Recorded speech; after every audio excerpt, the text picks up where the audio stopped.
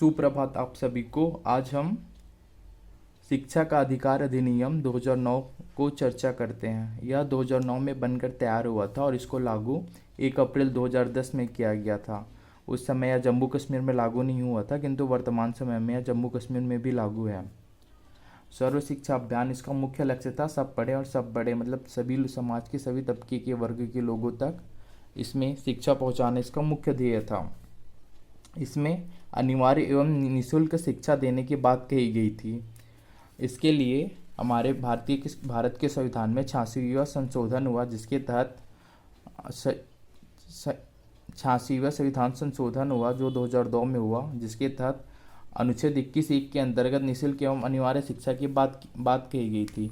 यह संविधान के 86वां संविधान संशोधन के तहत इसकी बात कही गई। इसमें 6 से 14 वर्ष के लोग के लिए जो स्वस्थ बच्चे हैं उनके, और 6 से 18 वर्ष के बच्चों के लिए जो डिसेबल हैं, विकलांग हैं, उनके लिए निःशुल्क शिक्षा की बात कही गई थी।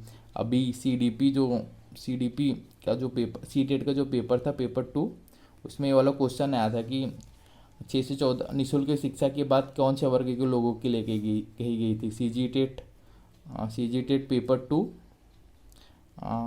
2024 में ये वाला क्वेश्चन आया था। तो ये ईयर भी याद रखना है। अगर स्वस्थ बच्चा है तो 6 से 14 वर्ष के बच्चों के लिए निःशुल्क शिक्षा, और डिसेबल विकलांग है तो 6 से 18 वर्ष के बच्चों के लिए निःशुल्क शिक्षा की बात कही गई थी। और इसमें महत्वपूर्ण निषेध जिसके लिए मना किया गया था, उसमें कोई एडमिशन के समय कोई भी फीस लेने की मनाही की गई थी।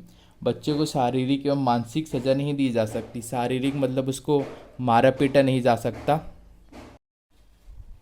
इस अधिनियम में बात की गई है कि बच्चों को शारीरिक मतलब उसको मारा पीटा नहीं जा सकता, और साथ में उसको मानसिक मतलब ऐसा प्रताड़ना नहीं दिया जा सकता जिससे वो मानसिक रूप से इफेक्ट हो, जैसे कि तो लो का पट्टा है तो गधा है, ऐसा कुछ नहीं बोला जा सकता उसको।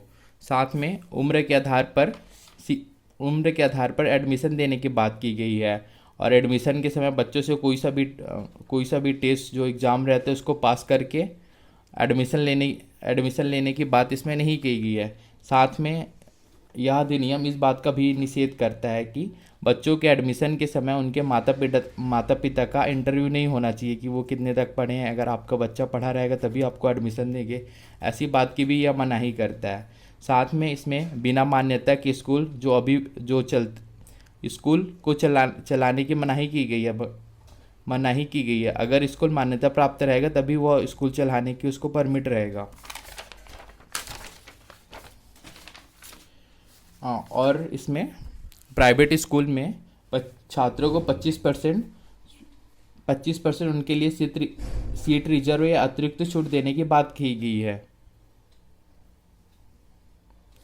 साथ में इसमें वर्किंग डेज मतलब साल में कितने दिन स्कूल लगेंगे और कितने घंटे पढ़ाई होंगे उसके बारे में भी बात की गई है। इसमें 1 से 5वीं तक के बच्चों को कम से कम 200 दिन साल में उपस्थित होना जरूरी है, और 800 घंटे की पढ़ाई कम से कम उसकी होनी चाहिए।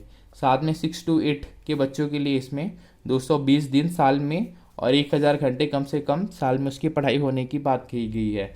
शिक्षक को एक सप्ताह में 45 घंटे काम करने की बात की गई है।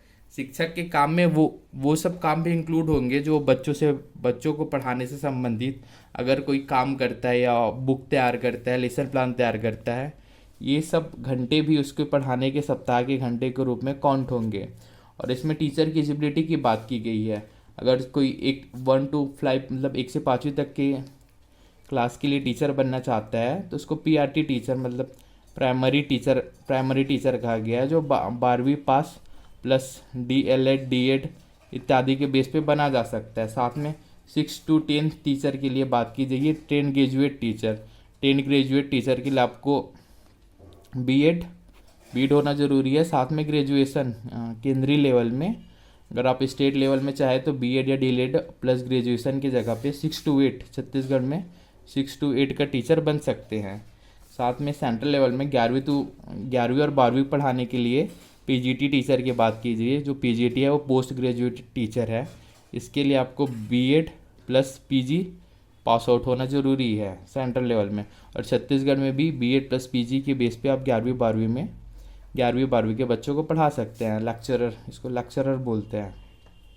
साथ में 1 to 5 मतलब प्राइमरी स्कूल के बच्चों के लिए शिक्षक छात्र और शिक्षक का रेशियो 30:1 होना चाहिए, मतलब 30 छात्रों के बीच में एक शिक्षक रहना चाहिए, 1 से 5वीं तक की क्लास को बच्चों के लिए। साथ में 6वीं से लेकर 8वीं तक के बच्चों के लिए 35 छात्र में एक शिक्षक का होना अनिवार्य है। अगर कोई स्कूल में 150 से अधिक छात्र होते हैं तो वहाँ 5 टीचर एवं एक हेड मास्टर की बात कही गई है। साथ में इसमें ये बात की गई है कि प्राइमरी स्कूल 1 किलोमीटर के अंदर हो जहाँ बच्चे रहते हैं वहाँ से, और माध्यमिक स्कूल जहाँ बच्चे रहते हैं जो गांव उसके एरिया के 3 किलोमीटर के अंदर में होना चाहिए, ताकि बच्चे आराम से स्कूल जा सके और पढ़ लिख सके। और इसके नारे जो है, सब पढ़े सब पढ़े सब बड़े को चरितार्थ कर सके। Thank you so much.